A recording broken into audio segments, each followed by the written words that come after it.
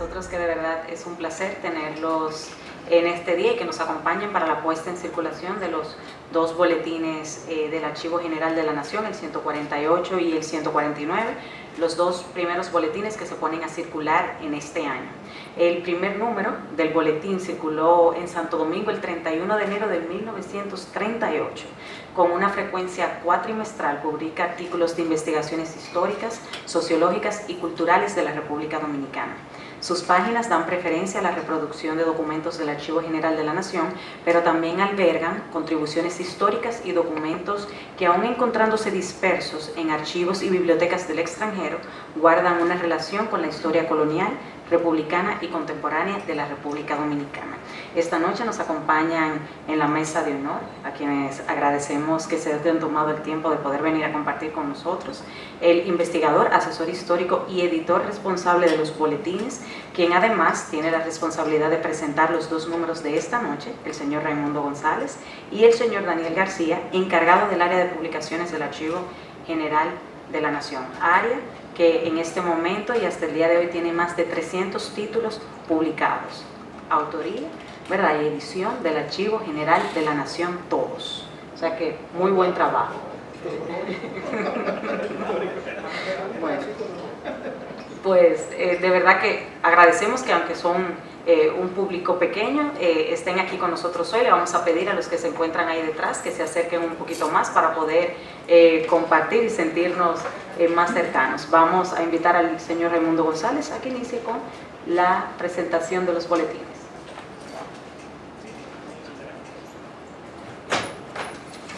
Bueno, estamos en un grupo de amigos, entonces buenas noches a todas las personas que están hoy acompañándonos, amigos todos. Esto es una presentación que normalmente hacemos cuando hay clases en la UAS y lo podemos llenar con los estudiantes que vienen, que se interesan también por los temas históricos, pero aparentemente hoy no tenemos muchas clases de ciencias sociales en los veranos. Y para mí es muy honroso. Es una satisfacción también estar aquí esta noche presentando dos números. El boletín es como de las cosas mimadas del Departamento de Investigaciones y Publicaciones. Y los números 148 y 149 corresponden al segundo y tercer cuatrimestre, el último cuatrimestre, el segundo y último cuatrimestre también del año 2017. O sea que todavía tenemos varios números, ya un número que está en imprenta, que está listo, para salir de este año, y otro que entonces tendría que salir el próximo mes. El boletín, como ya ha dicho, cumplió 80 años.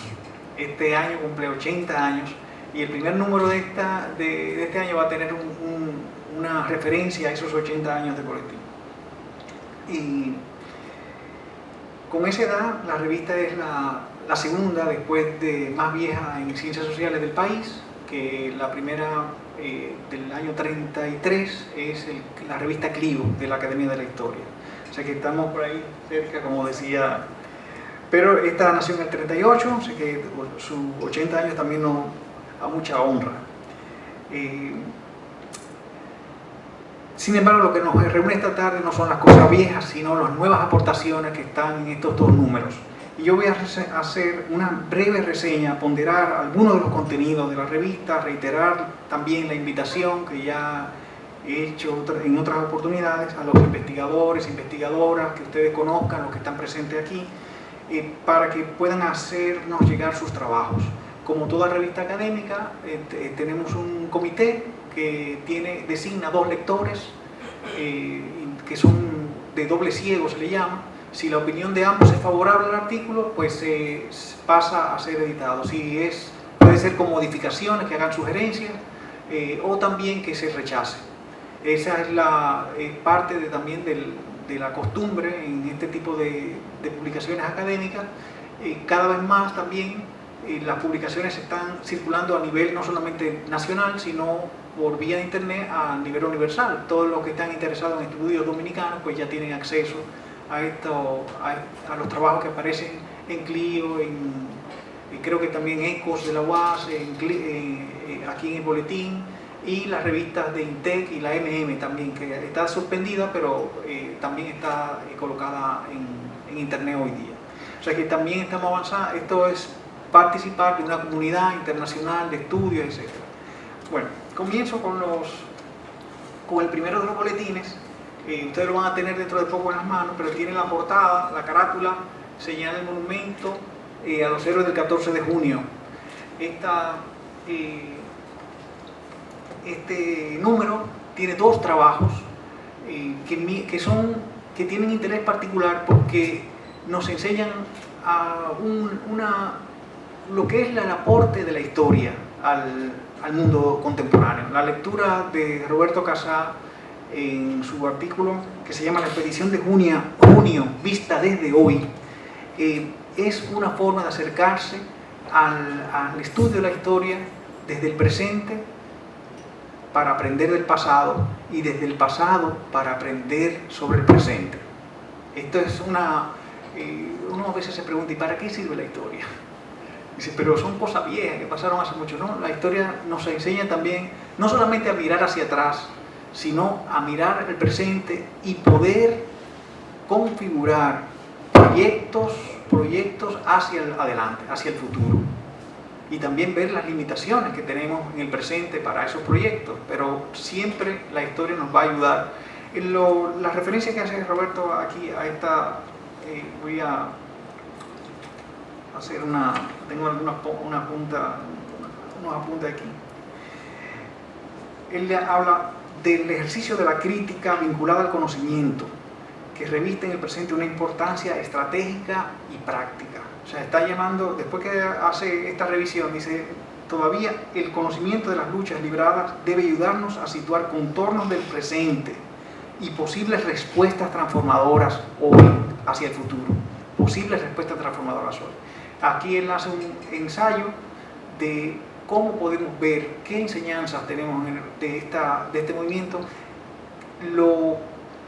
la sociedad que hemos desarrollado después del 59 todavía no ha satisfecho las propuestas que fueron hechas por este movimiento, que eran quizá menos complejas que las que tenemos hoy, pero él trata de decir cómo estas posiciones que fueron de principio, que llevaron a la lucha, no solamente de ellos, pero que llevaron a la lucha heroica de este grupo que entregó su vida, también es algo que debemos recoger.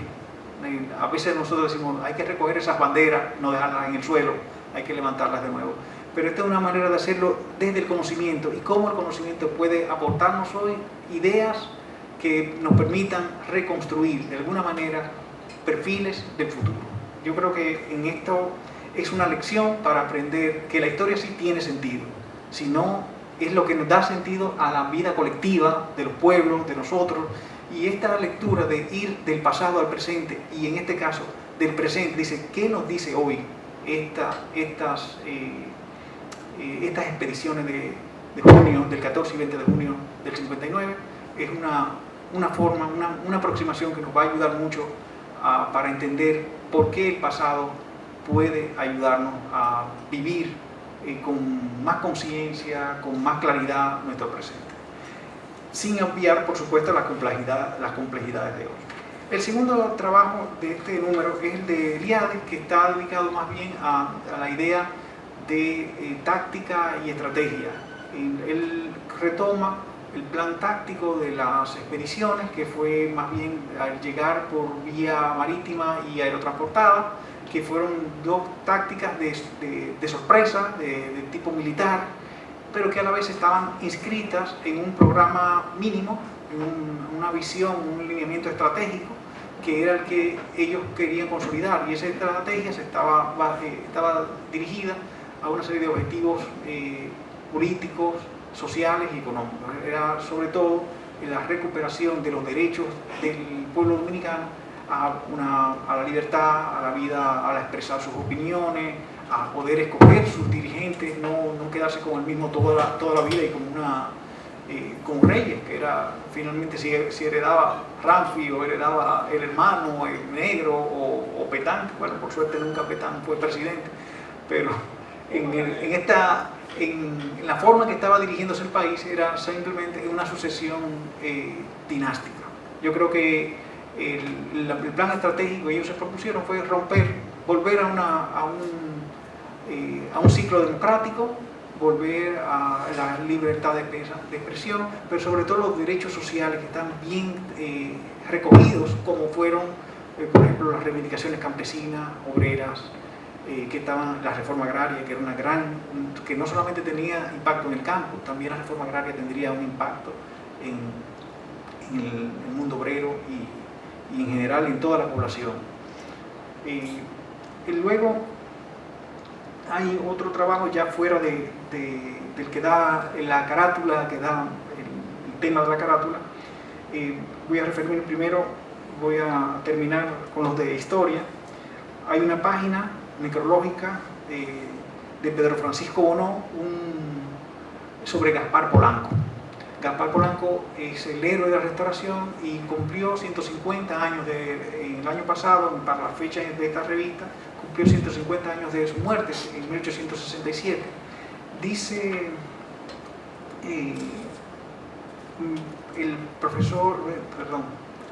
el hijo del historiador García, don Alcides, voy a leer solamente una frase de él para decir.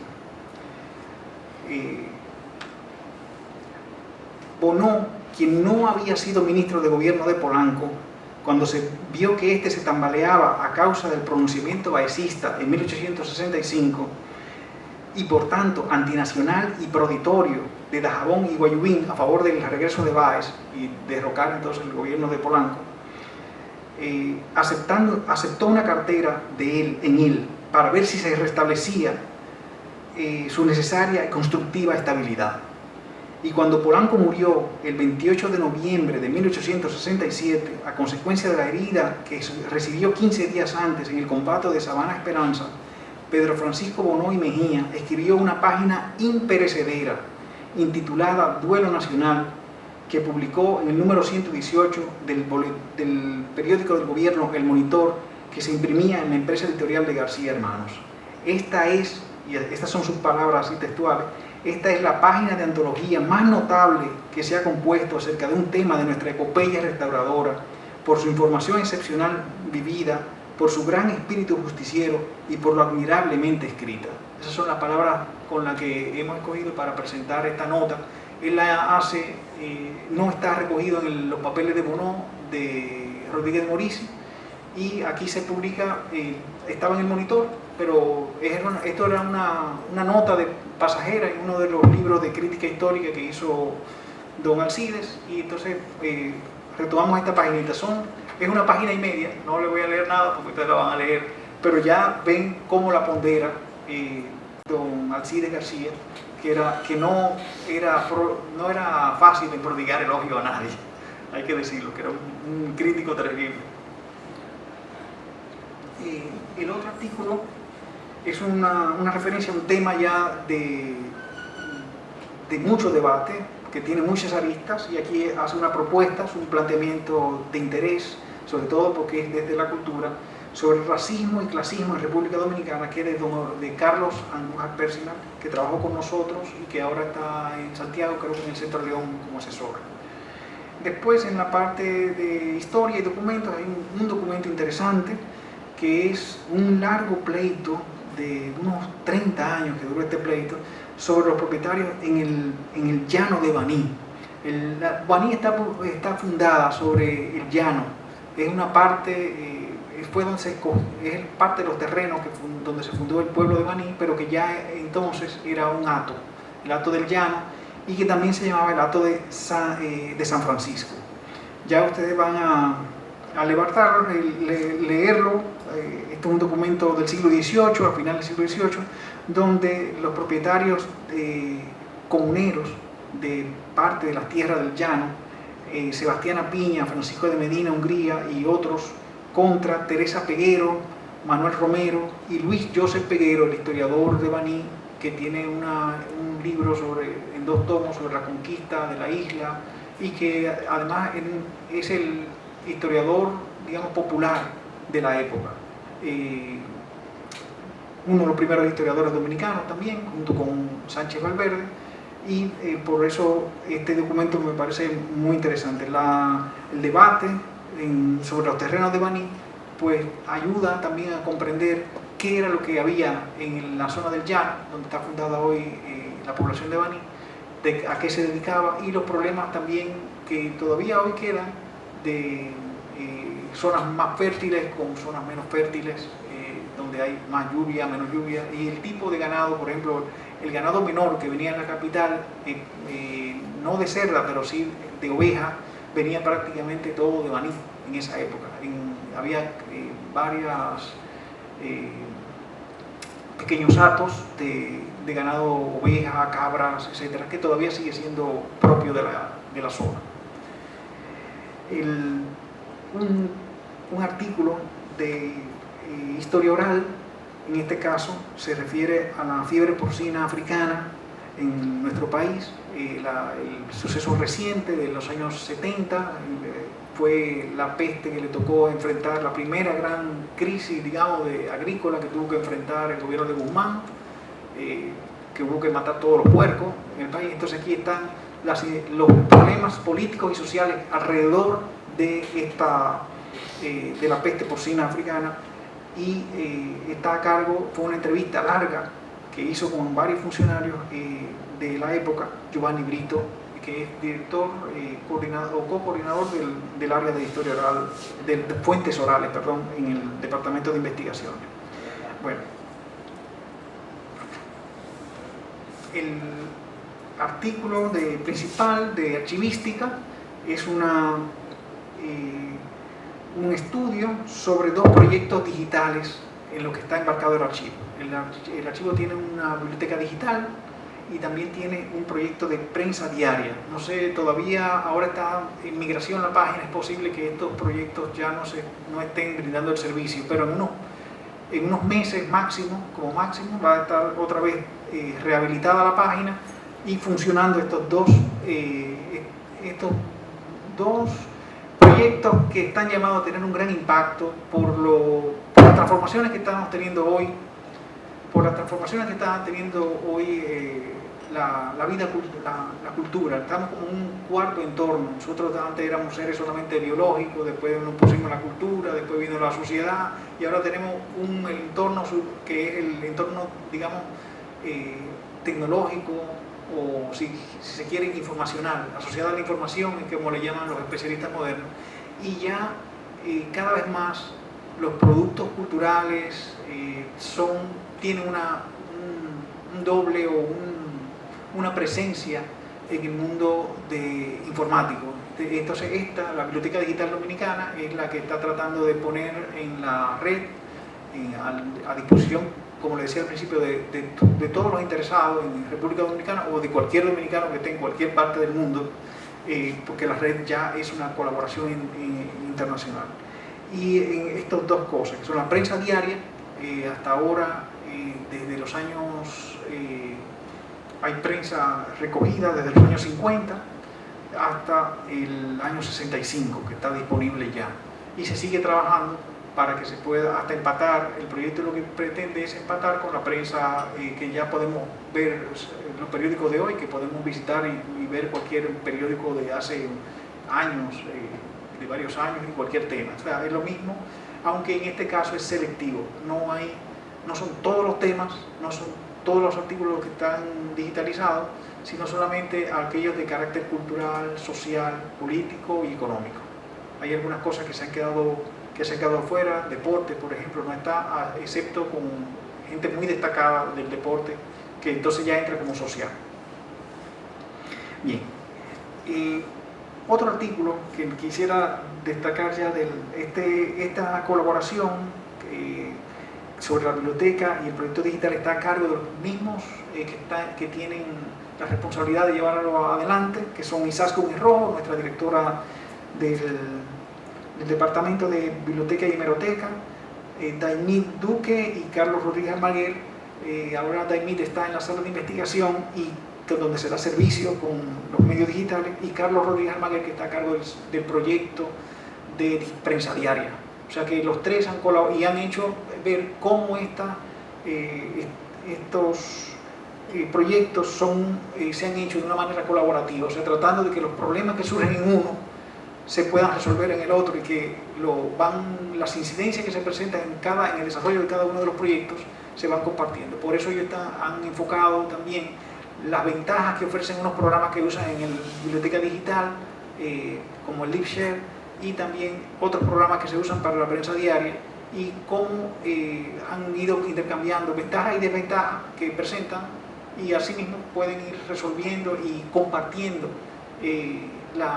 los problemas que se presentan, pero también compartiendo soluciones que han ido logrando.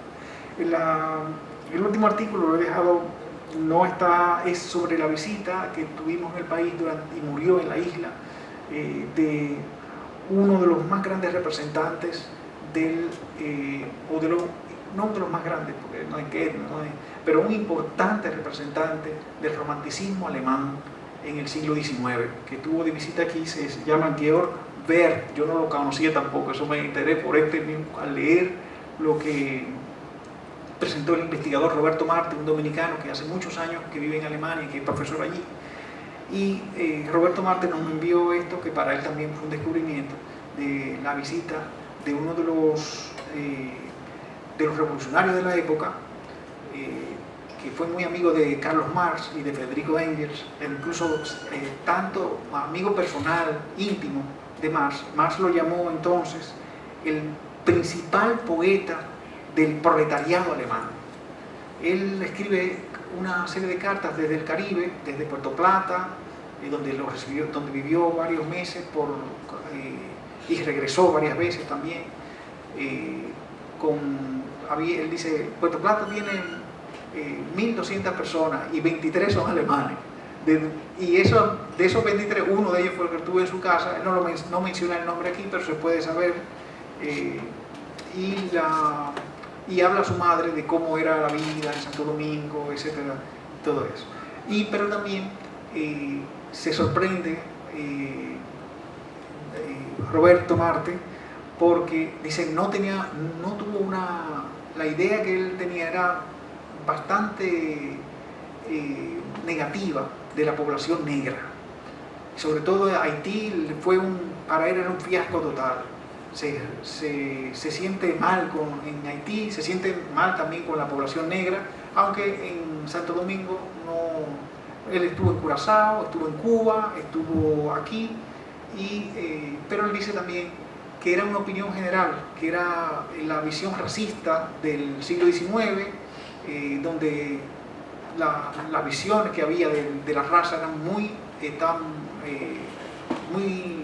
endurecidas, ¿no? O sea, había una graduación, los blancos eran los más civilizados, el chino y el negro, los orientales y los negros eran los más bajos, los más atrasados, lo más lejos, la antípoda de la civilización, para decir que era, digamos así, todo lo negro era el retrato de la barbarie, de lo incivilizado, de lo salvaje, mientras que lo blanco representaba entonces, para la mayoría, la cosmovisión normal de las personas, era que esa era la civilización, el progreso, lo que era el futuro, el avance, etc. Entonces, él se sorprende con esto, nos hace una presentación y las cartas son muy amenas. Están bien escritas, un poeta romántico, que él ha hecho la traducción directamente del alemán, porque ahora se acaban de publicar estas cartas en alemán, él las recogió y nos presenta aquí una media docena de cartas que se refieren al Caribe, solamente de su viaje. Él murió aquí en el Caribe de fiebre amarilla, contrajo la fiebre amarilla, porque se metía por todos lados, a pesar de que no le gustaba la población y que hablaba peste de ella, y que se refiere a veces de manera despectiva a los negros de las Antillas, pero sí tenía ese espíritu curioso, y eso mismo lo llevó a que contrajera la fiebre amarilla y muriese en el Caribe. Este es el número 148. Rápidamente voy a ser más breve con este número porque yo creo que ya están bastante motivados para leer. La portada de este libro fue el cartel que se hizo para la cuarta feria del libro, que estuvo dedicada a la enseñanza, la cuarta feria del libro de historia dominicana, que es una de las actividades innovadoras que ha establecido el archivo. El equipo es una de las actividades también en la que participan todos los departamentos se involucra el trabajo de todo el mundo, desde la gente que trabaja por decir, desde la limpieza, pasando por todos los departamentos técnicos, los departamentos de apoyo, o sea que involucra a todo el equipo del archivo. Y esta cuarta feria estuvo dedicada este año, después de haberse dedicado a la primera a Fran Moya Pons, la segunda estuvo dedicada a don Emilio, la tercera a Landolfi, y la cuarta al doctor Francisco Antonio Avelino, Tony Avelino, como todos lo conocemos, profesor de la UAS, emérito, y de ciencias sociales y de filosofía. O sea que es historiador y filósofo también. Y aquí tenemos se publicó una selección de sus trabajos, más bien una compilación de sus obras escogidas, que es lo que presenta también aquí una referencia a este libro que recoge sus aportes sobre la historia del pensamiento dominicano, el primer libro que se hizo ya sistemático sobre el pensamiento político dominicano, y que lo debemos a la autoría de Tony Avelino. Y después otros hemos seguido esa trayectoria. Yo también me he dedicado un poco a la historia del pensamiento. Roberto también en los últimos años ha publicado mucho sobre pensamiento, y Fernando Pérez Memén y otros más que han seguido después de esa obra pionera en el año 1966. Entonces estuvo dedicada a él recoge aquí la presentación a cargo de Álvaro Camaño, que fue nuestro director de investigaciones hasta hace poco. Varios son el primero de la sección archivística es el trabajo de Perla y Ana Mercedes Suero, dos técnicos archivistas que hicieron la descripción del fondo de don Carlos Rafael Noel Pierret, que es el historiador, también pionero en la historia eclesiástica. Los 3 tomos de la historia eclesiástica de Santo Domingo se deben a don Carlos Noel Pierret, y aquí está el fondo que él dejó. No son sus libros, sino sus cartas. Prácticamente son cartas, pero están todas descritas, muchas cartas en francés, él se carteaba en francés, con algunos extranjeros, y su colección es de las menos exploradas. Claro, hay que verlo como aquí hay una franja fuerte de su biografía, o sea que si alguien ha sido trabajada por varios historiadores como don Betilio, y recientemente por José Luis Sáez, que han hecho una biografía de don Carlos Noel. Pero todavía hay muchos temas agrarios, políticos, que están dentro de estas cartas y que han sido poco trabajadas, poco explotadas todavía. Es uno de los recursos que ya está descrito, está bien descrito y puede ser explotado. O sea, es una ventaja cuando ya las cosas están descritas, que tú puedes saber de qué trata, de qué temas trata, qué personajes. La descripción lleva hasta cuáles personas están mencionadas en cada documento. En historia y documentos, ya no en archivística, está una aportación de un hijo de los migrantes judíos que vinieron a Santo Domingo. Se trata del doctor Stephen Malinger, que ya no vive en Estados Unidos, y él nos mandó un artículo que publicó hace muchos años, una visita que hizo en el año 1956 a la colonia judía en Santo Domingo, en República Dominicana, entonces en Puerto Plata, en Sosúa, como ustedes saben, que era una de las principales colonias judías, y en otros puntos donde todavía quedaban judíos. Estuvo en Salcedo, hubo judíos también, aquí en la capital, donde se establecieron sinagogas y hasta cementerios judíos también. Entonces él aquí cuenta sobre esa visita donde él participó en la principal fiesta judía, por el que le da título al artículo de él, que se llama el Yom Kippur en Santo Domingo.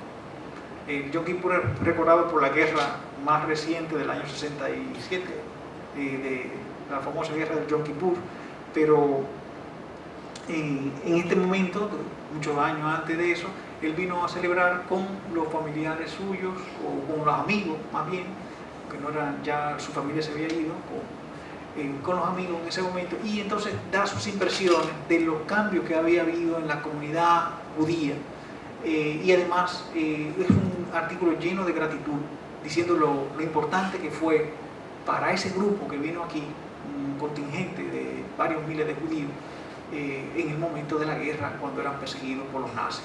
O sea que en el año 56 él dice aquí que el pueblo dominicano ha sido de los pueblos más consecuentes con el sufrimiento del pueblo judío. Hay que verlo, leerlo, sacando aparte, porque recuerden que no ha pasado la guerra todavía de Yom Kippur. Bien, luego un artículo de Walter Cordero, que fue una ponencia que él presentó en la UAS, en un homenaje que se hizo a Harry Hutting como uno de los grandes fundadores de la sociología en nuestro país, la sociología moderna. Tiene en Hutting uno de los aportes más valiosos, porque él era ya un gran sociólogo cuando llegó a nuestro país, y aportó también uno de los libros que sigue siendo de referencia para el estudio de la segunda mitad del siglo XIX, que se llama El pueblo dominicano. Y esto, Walter habla de Harry Hutting y dice de él que nos ha dejado una herencia generosa y pródiga. O sea que todavía hay más que sacarle a la obra de Hutting, de los problemas que planteó, de los problemas, las preguntas que se hizo para estudiar la sociedad dominicana del siglo XIX. Muchas siguen abiertas, cuestiones como, para seguir con Georg Berg, la cuestión de las relaciones raciales, que fue uno de los temas fuertes, donde él también había hecho aportes importantes en su libro sobre relaciones raciales en el Caribe.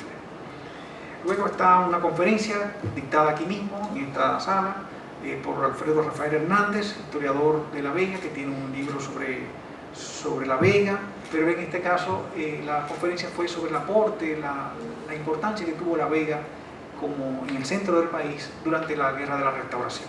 Es una conferencia que dictó aquí mismo, o sea que ahí ya está publicada la transcripción de ella. Por último, en la sección de historia y documentos está un largo documento sobre una rebelión o un intento de rebelión, más bien un conato de rebelión que ocurrió en la Sabana de Santiago, que se llamaba la Sabana de Santiago, que es en las afueras de Santiago, y que era el ingenio que pertenecía a don Francisco Espaillat, que era el padre de Ulises Francisco Espaillat. Bueno, él había sido ¿cómo se llama?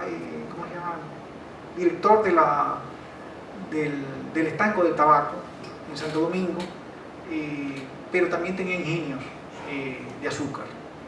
Incluso era parte del momento que se estaba viviendo de una recuperación de la isla, y entonces aquí está un documento bastante largo y muy interesante, porque da algunos detalles sobre cómo era la vida en un ingenio de la época.